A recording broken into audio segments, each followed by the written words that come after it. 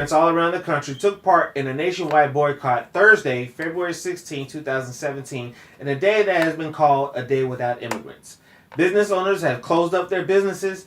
Parents have taken their children out of school to stand in solidarity with the message, a day without immigrants. So what are we doing wrong?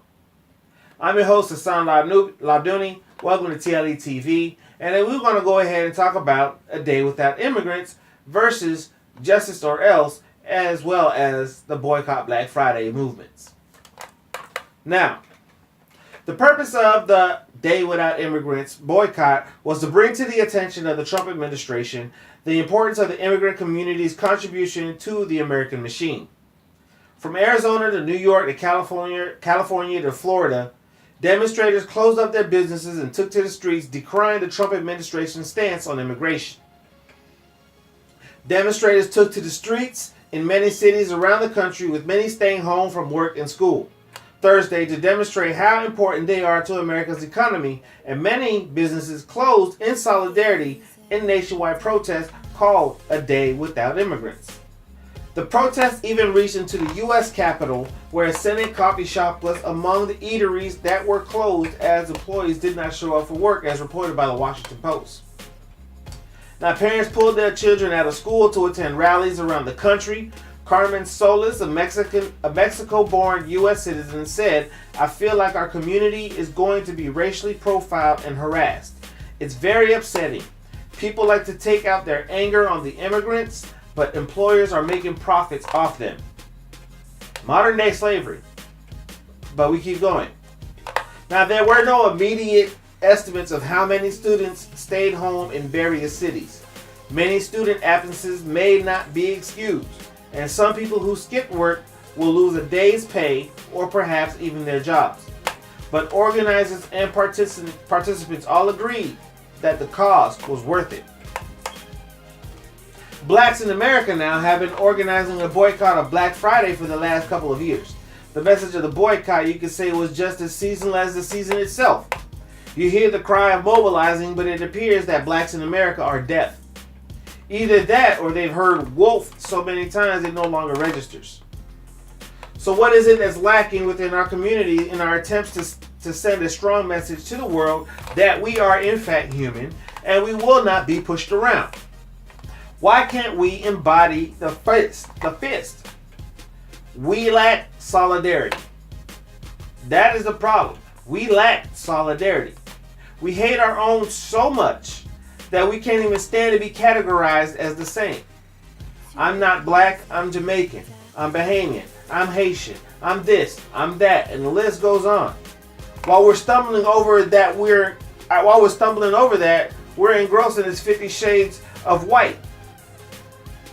Because even 50 shades darker is still starkly white, as far as I'm concerned. So we are engrossed in 50 shades of white, while we continue to hate ourselves.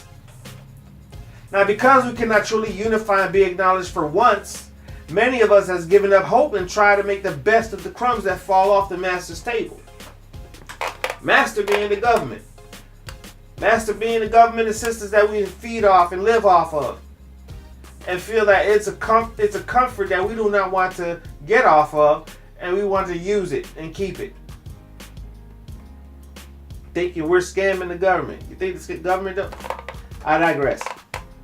Anyway, too many times have our black leaders stirred up the seeds of revolt with passionate speeches and grand declarations of force. Very few, in fact, have matched the talk with the walk. For example, you have the Honorable Minister Louis Farrakhan. I respect him completely. I am not blind to his ministry within the black community. I respect the discipline that he and his organization has shown. And as great as he may be, however, he has me disappointed with the justice or else movement. The slogan itself was the ultimatum that fueled many fires. It demanded recourse or else. I admittedly got swept up in the desire for some real action. Unfortunately, to this day, we are still lacking in justice, and I haven't seen much of or else. Even Jesse Williams' restructuring of the supremacist machine that is operating within our government, operating within our communities, I have not seen that restructuring or an implementation of a changing of the guard of the system. Seen a lot of talk. Seen a lot of emotions get riled up. Haven't seen too much movement. Now, before the Justice or Else movement, Farrakhan was pushing the boycott Black Friday message. Leading up to the 10-10-15 Million Man March in D.C., you were led to believe that the day would be a pivotal turning point in the black struggle. After the march, the message pretty much went back to the regular status quo, though, however. Where was the or else?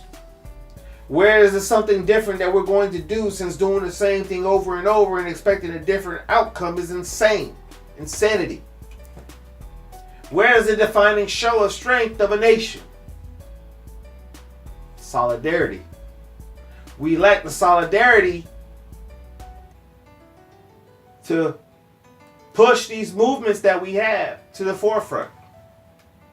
We are yet still too divided.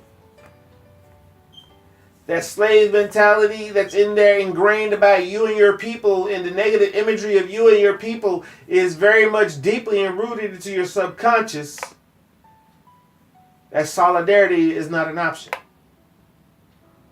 You're skeptical when it comes to solidarity.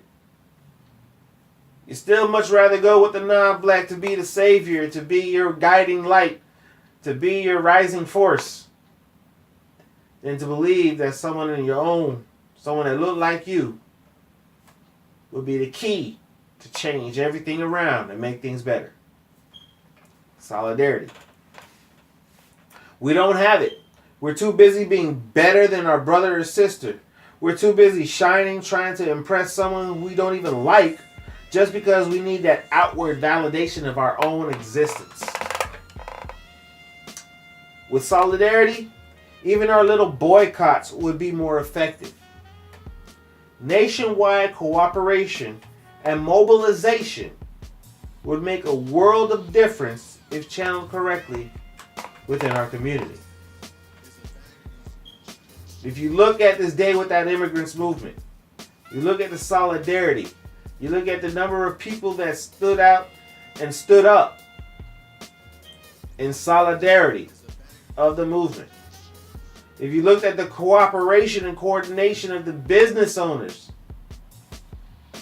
that stood up and stood out, employees, they don't even own the business. They face penalties. They face being fired. But the cause was worth it. But black folks, when we talk about boycott of Black Friday, black folks still the first ones in line. You don't hear about situations where they're going to go ahead and boycott and things that get affected. Now, we don't know if their Day Without Immigrants is going to leave a residual effect within the economy. We don't know. They haven't assessed it. But the fact that they showed the symbolism of it, that they were together, is something to be considered. It's something to understand. It's something to realize. Solidarity.